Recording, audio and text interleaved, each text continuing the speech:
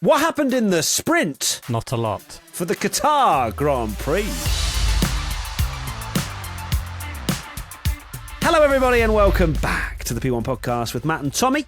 Sprint Race Qatar edition. And my goodness gracious me, what have we just witnessed? That was, I know that people joke about, they say, well, no, they don't joke about, they say with their chest that it's better to have sprint sessions, competitive sessions, over practice. Well, my friends, that was a shortened free practice too, what we have just witnessed. And my God, look, you might be thinking, how will we make a podcast out of this? Don't worry. The worse the race, the more angry Tom Bellingham gets. And that's what we want to see. Well, the more annoyed I get at the sprint format, because the sprint format is useless, and this was a showcase of just how useless it is. It's been saved quite a lot this year from like random things happening, like the McLarens colliding in Austin and stuff, and things like that. But here it was just absolutely awful, and this is kind of what the sprint does deliver most of the time, made even more extreme by the fact that this circuit is also equally as useless as the sprint format, really. Yeah, it certainly is. We'll get into everything to do with the format in a bit. Of course, Oscar Piastri won the sprint. He's gained 2 points on Lando Norris. It's 22 points now, the gap between Piastri and Norris. The question now, is it too late? Is it too late for Oscar? Has he found his or regained his form with only 2 race weekends to go? My answer to is it too late is most likely yes. Had this been 4 races to go with the championship well and truly in his hands to decide, then we would say, okay, look, if Oscar can keep this up, then absolutely. But he has to hope for big things to happen to Lando. Lando can still finish exactly where he finished today in the race tomorrow and the race next Sunday in Abu Dhabi, and he'll be world champion by a couple of points. That being said, things can happen, but he has to hope for that. He has to hope for a rogue George Russell, a Max Verstappen, a Yuki Tsunoda even. Has to hope for other drivers to be on the pace in order for him to challenge for this world championship. So it's not a big enough swing. It's a great result for Oscar. It's a brilliant drive, but Lando just coming home in third, it's not enough for Oscar yet. Yeah, my thoughts were really like, why now? Why now, Oscar? Because a brilliant drive, a brilliant weekend so far, fantastic sprint pole position. Again, equally a fantastic sprint race from him, led from the front, very comfortable. Of course, it's very hard to pass, but he led away, and of course he did the job in qualifying, so absolutely deserves the win, not taking anything away from him. The problem is he's lost so many points over the last few races, which is why Lando's kind of built up this massive advantage. And the problem that Piastri has, and why, in a weird way, because McLaren are faster, but it is true that in a weird way it's harder for Piastri to win the title than Verstappen theoretically, because Verstappen has a chance that, and obviously this hasn't happened here so far at least, that the Red Bull could be faster, and if McLaren are off the pace, people are going to get in the mix and stuff. Whereas Oscar, if Oscar's quick, it's more than likely Lando's going to be quick as well, because they're in the same car. And Oscar, obviously, what Oscar needs is a lot of people between him and Lando Norris, like Max does. But he's in the same car, so that's going to make it incredibly difficult. He's obviously won, and Lando's third. He needs that again tomorrow in the race. Actually, he needs more than that, because Lando can just finish third in every single race from here on now. And including this one, which he did. So it's a big gap to maintain when you're driving the same car as your teammate, because Lando can afford to just be very cautious, and as we've seen, McLaren are very, very quick this weekend. Yep, they've delivered and answered any questions around whether they'll have to raise the car and that will affect their performance. Well, not been disqualified yet. That we've seen. Yeah, not that we've seen. Of course, when we're recording podcasts, usually things come in. So I'm not expecting anything for a sprint race. Let's now move to a driver that did phenomenally well. Yuki Tsunoda. Question from Lumixion. 0 to 0 for Yuki. I think it's 0 to hero, isn't it? Yeah, 0 to hero to 0, then to hero, then to 0, then to hero again. Because that just hurt my brain. Because, yeah, Yuki's had obviously an awful run. Brilliant qualifying session from him. Again, like, got a great start.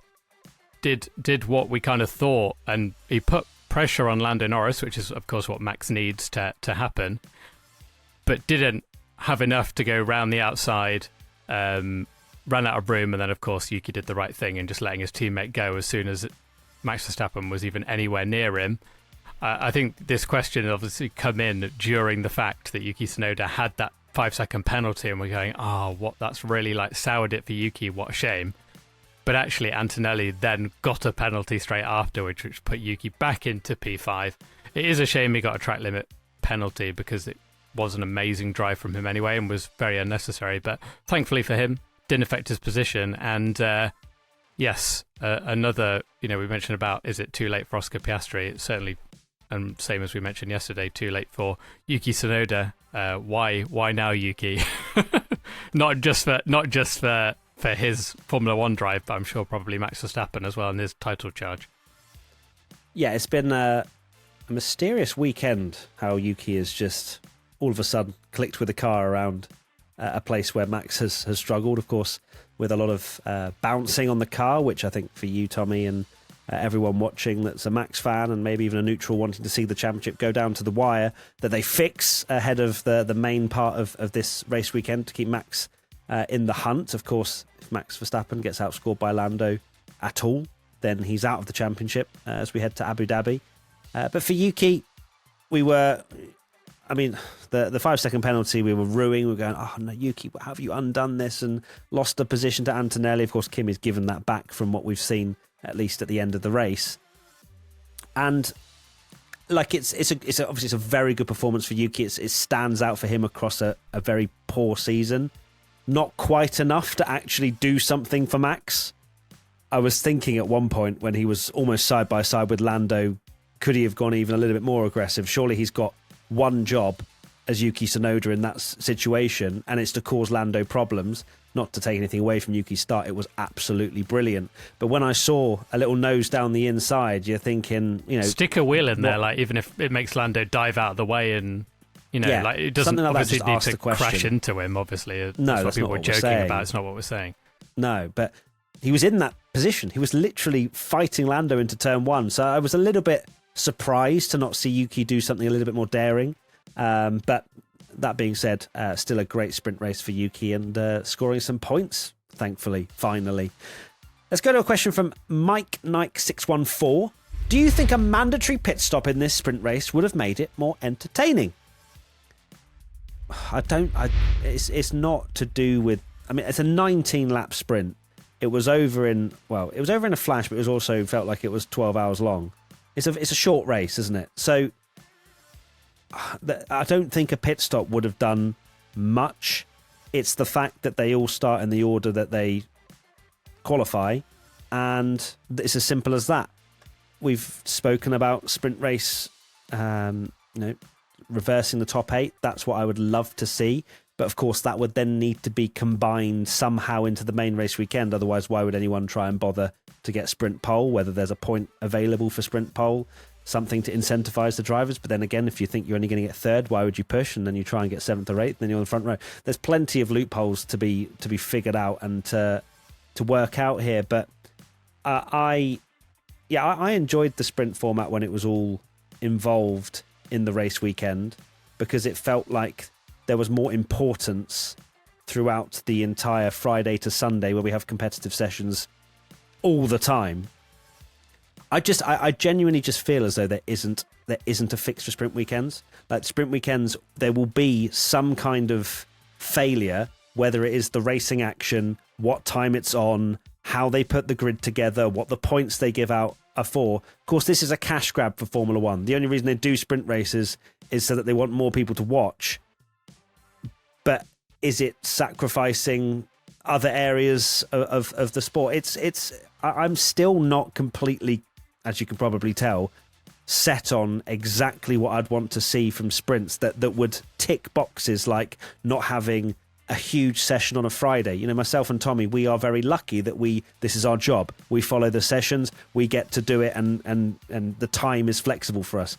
People that have real jobs, I'd be absolutely peeved to have main qualifying on a Friday or something that means a lot for a sport I love at a time when I'm at work doing something else and can't watch it live. So I think sprints are pretty much screwed no matter what they do, to be honest with you.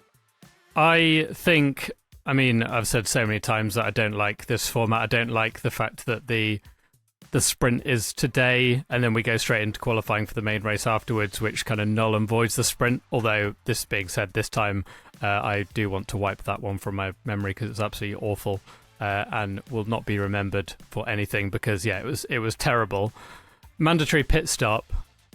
Yes, something. I think for me, that's always been the issue, and I said this before, that like the sprints a lot of the time do get saved when there's been an incident that we can at least talk about. But the sprint realistically always is going to be like that. This was made even worse by the track, which we'll talk about next. But you're taking, other than the race start, which is the most exciting part of a Grand Prix, that's where the sprint obviously brings the excitement there, that you're getting another race start. We're all very excited for it. But as soon as you've had that first lap pass or whatever, and they settle in, there's not enough variables. It's basically like the worst bit of a Grand Prix where you're basically settling down, waiting for the pit stops before anything's happened. No one's going to take too much risk. People are going to, save their tyres, things like that, and be in saving mode. That's the part of that race that you see in the sprint. So it just makes no sense for it to be the case. Like, you're picking, of course, like a third of the race and the most boring part of the race, because there's no strategy in pit stops and things that can change, is always going to be bad. And the only way the sprint can be saved is by doing a mandatory pit stop or having reverse grids or something. Like, they've got to do something that mixes it up, that makes it entertaining, makes it different. From Formula One's point of view, they're fine anyway, because obviously us as hardcore Formula One fans, we know what a good race looks like, but they know that they're going to get many more people watching anyway, and more casuals as well watching the sprint over a practice session. So for them, it's still more entertaining and they're winners, but it doesn't make it any less frustrating watching from home, because the sprint is just a useless format. I forgot to mention my main bugbear, and it's the fact that they can't overtake and they can't follow. That's the problem with sprint races. If we had close competition and they could follow and we get overtakes, then the sprint races work just fine. But the problem is they can't. I disagree in the fact that they're in tyre management. They're not. They're in full flat-out mode, but it doesn't matter because there's no pit stops and they just push to the end. It's not like they're in conservation mode through a 19-lap sprint. I didn't mean tyre management. I meant more like once like a second and a half gap opened up between everyone kind of knew that was the race done, really, and no one. Oh yeah, they can't make any. They can't do anything. They can't make any inroads. They're all struggling with dirty air, apart from Oscar, who's of course out in front and enjoying the lovely, beautiful free air that he has earned from qualifying. Let's now head to talk about the circuit from Tote. What can be done to make the racing exciting at this track? Extra DRS zone? It can be, it's a completely different circuit, or they need to change the circuit in some way, but they're not going to. At the end of the day, it's a MotoGP track. This track was brought in during the COVID calendar as a way to get an extra race in, and it's stuck around. You can have more interesting races there, and I think we will get a more interesting race. Again, not by any good reason for the track, but I do think that there'll be an element of interest tomorrow, that the fact that we have this tyre situation where the tyres are going to go off and it's so difficult so hard on the tyres that they can only do 25 laps and they're basically forcing to have more pit stops. So at least there's some entertainment there. But in terms of like overtaking and opportunities, it can't really get much worse because it is a MotoGP track. You can see drivers getting DRS, sometimes even with half a second, and there's no heavy braking zone going into the corner because it's fast flowing corners that's made for MotoGP. So you're never going to see people passing there because you can't outbrake it, people in Formula One cars. So it doesn't work. It's obviously been made even worse by the fact it's a sprint, because that always nulls a lot of the entertainment and interest. But yes, the circuit is also really, really bad for Formula One cars, and particularly this year, which we all know are worse than ever when it comes to overtaking. It is brilliant to watch in qualifying, to see these cars go around here. It is so fast in that sort of mid to end part of the lap, those sort of fast right, left. Right. It's brilliant to watch there. But sadly, it then, they can't be going that quickly through those corners if they're suffering with dirty air from a car that's a couple of seconds ahead. What can be done is these heavy braking zones. When Formula One go to a circuit that has not been made for Formula One cars, what do we expect to get from it? Like, I'm actually quite surprised that Formula One haven't been able to have some kind of say in how the track layout will be when they go.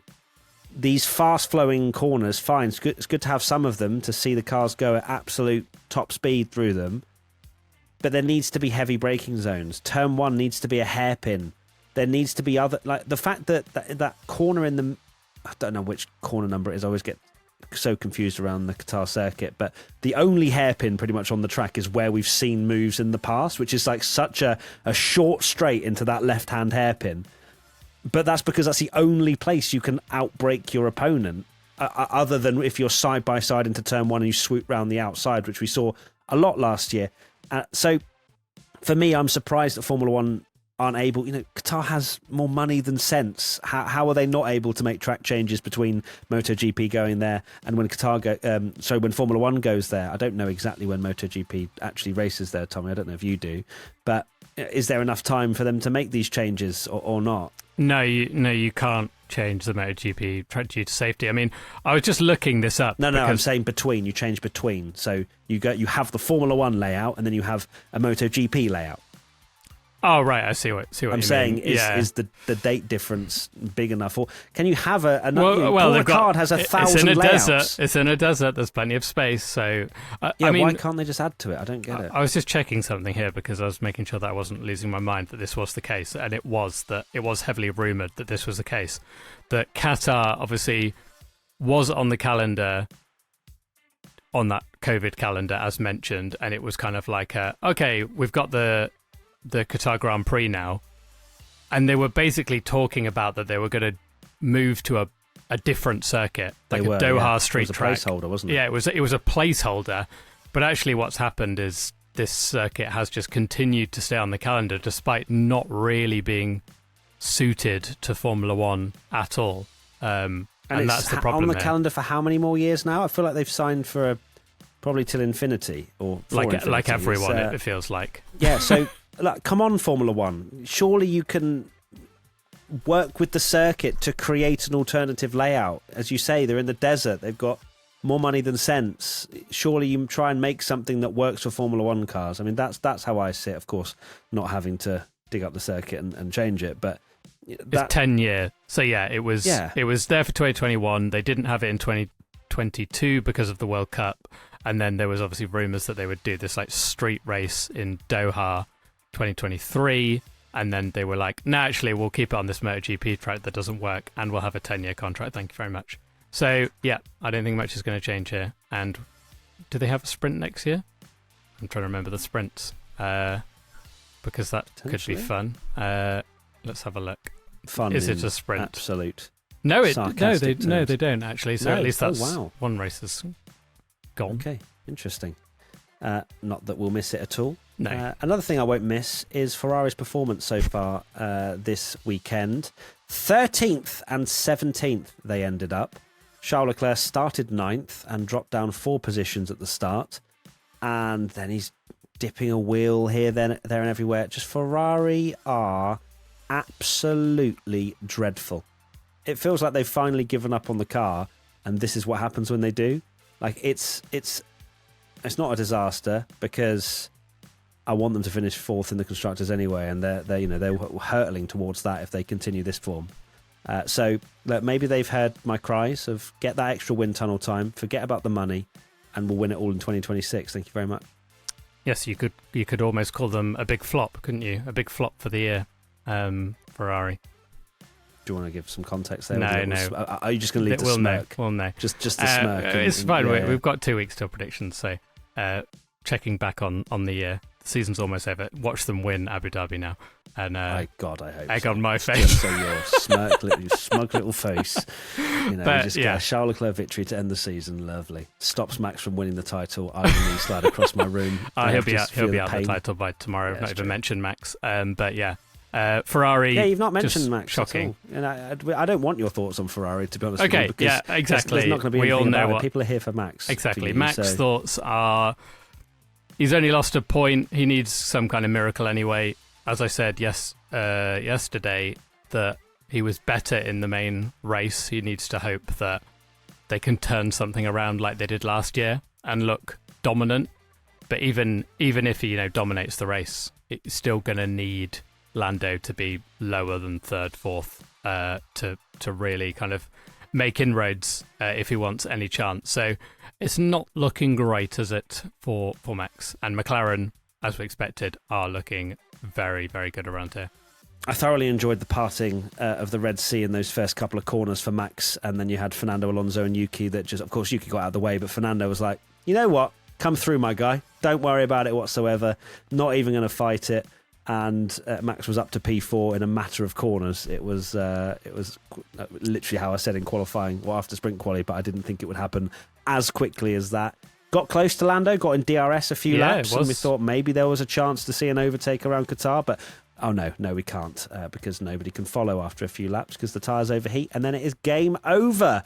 Right, I think that is us done and dusted for the sprint race. As you can probably tell, slightly fed up tones after that one. But hopefully you enjoyed the podcast more than you did the race, because that's what we aim to do with our rants and everything else in between. Congratulations to Pierre Gasly for getting fastest lap on the last lap on the soft tyres. Of course, Lance Stroll as well, paving the way for a different strategy in the race and doing a mandatory pit stop for themselves, trying to get some quali practice in before quali later on today. Tommy, what are your final thoughts? My final thoughts are I'm glad that we don't have to cover another, basically watch another sprint for a long time now, not till March next year. And I will just say to Formula One, please do something. Please just do something to them. My guy. They won't. Nothing. They'll just hope the cars are better and the sprints will get better because of the cars being able to follow. And then we'll have sprints at Singapore and Zandvoort. They're going to be fun, and lots of overtaking on those ones. Hey, you never know. This is 2026. We need to have our glass half full here, Tommy, for a new era of Formula One. Also want to say congratulations to Carlos Sainz for scoring a point again in the sprint in the Williams. Right, that is it. We'll see you later on, literally a podcast later on today to talk everything qualifying for the main race on Sunday. Live on Twitch and YouTube as always. Matt P1 Tommy. See you later. Bye-bye. Adios. Take Goodbye. care. Build a hairpin, Qatar, please, for the love of God.